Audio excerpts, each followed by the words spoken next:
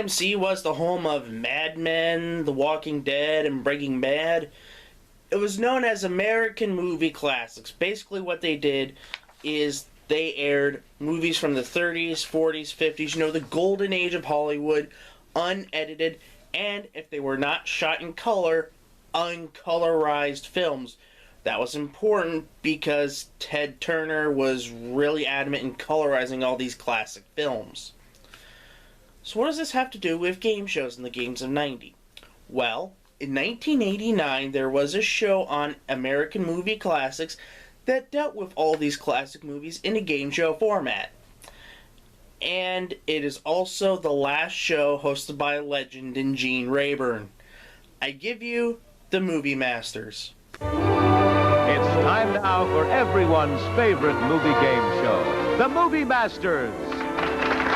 Mr. Gene Rayburn.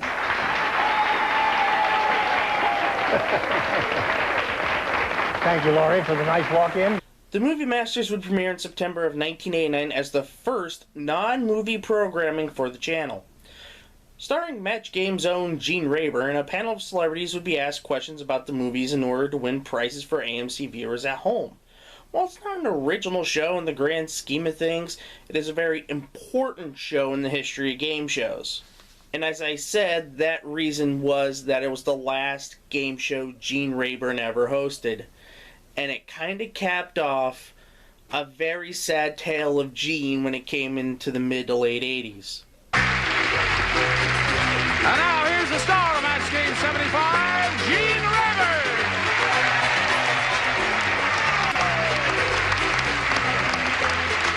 From 1963 to 1982, Gene Rayburn hosts Match Game in various incarnations, mixing with other gigs such as The Amateur's Guide to Love. He would be well known as one of the best there ever was in the genre. He was fantastic in that role and really brought an aura of stability into something that was on its face quite chaotic. It also helped that he got to play off some great foils in the 70s run in Brett Summers, Charles Nelson Riley, and Richard Dawson, among others. It was during this time that Match Game had the highest daytime rating of all time at a 15. The show would leave CBS in 1979 due to declining ratings, but would have a healthy 3-year run in syndication. Things would start to go downhill for Gene in 1983 when he was brought on to host the Match Game Hollywood Squares hour with John Bauman. While on screen, Gene was his usual affable self during the show. Backstage, he wasn't happy at all with the show. The word going around was that he was metaphorically dragged kicking and screaming onto the show. I guess he hated working with John Bauman or something to that effect. I did a full induction on the show last year, so go check that out on the website. In 1985, things would go from bad to worse. Mark Goodson Productions announced that they were working on a revival for Match Game in the fall. Gene was slated to host, but an Entertainment Tonight report about Gene's age kiboshed the entire thing, and instead a package of reruns from the 1979-1982 syndication run was sold instead. After this report, Gene would be the victim of ageism in Hollywood and have trouble finding work anywhere after that. He would then go on to host Break the Bank in 1985. While Gene was affable on the talk show circuit about the revival and enjoyed working with Klein and friends, those things would last about the first month or so. Gene was told to play everything straight on a show that featured a stunt round that had lots of silliness to it, including tongue twisters, fake car dealership ads, and a man in a gorilla suit. It was during this time Gene absolutely hated doing the show. Taking away Gene's biggest strength in having fun with the surroundings around him made him absolutely resent Klein, and it was apparent if you watched an episode from November 15th onward. In December, Gene would be fired from the show and replaced with game show garbage inductee Joe Farago. Actually, look forward to an induction of the entire show in its various incarnations in a couple of months. That brings us to the Movie Masters in 1989. While Gene looked and acted a bit slower than he was on Match Game or even Break the Bank, that didn't stop him from being genuinely funny. What also helped was that he was among great friends in the regular panel of Peggy Cass, Clive Barnes, and Kitty Carlisle. Instead of it being a serious quiz, it was more like a group of friends playing a movie trivia game at home. Everyone played off of each other quite well, and it felt like a throwback to the classic panel games of the old days, like What's My Line and To Tell the Truth, which Cass, Carlisle, and Rayburn were regulars on in the first couple years of the Gary Moore version of the show. So that brings us to the game itself, and it's quite simple. Peggy, Clive, or Kitty would pick a category from a 3x3 grid, and Gene would ask a question.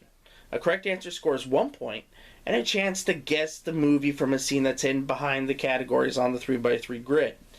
An incorrect answer passes the question down the line. If 2 questions in a category are missed, then the category goes dark because that's honestly how many questions were written for each category.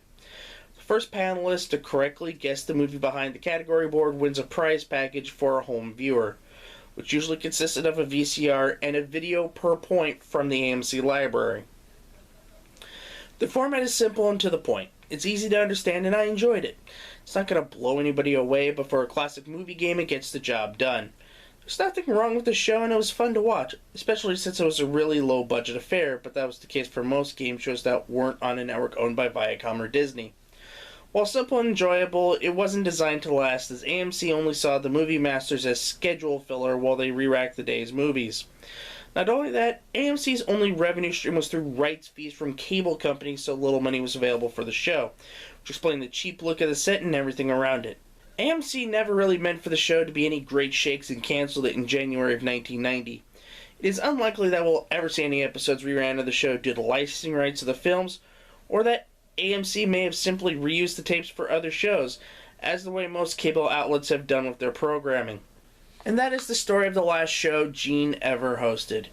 He would go on to make various appearances still in TV, whether in 1990 on Saturday Night Live when there was this sketch where a lot of Susan Lucci's ex-husbands came out and one of them was Gene Rayburn. He would also make appearances on the talk show circuit with various game show legends, whether it be on Vicki Lawrence's talk shows, or Maury, or Donahue, and keep on doing that until his death in 1999, where, oddly enough, he was rumored to be the host of Greed, but with his death being prominent, Chuck Woolery got the job instead. Anyway, that's going to do it for this edition of the Games of 90. Unfortunately, the next subject also deals with a really sad conclusion, and that is Ray Combs, and that means Family Feud is next. Until next time, bye everyone.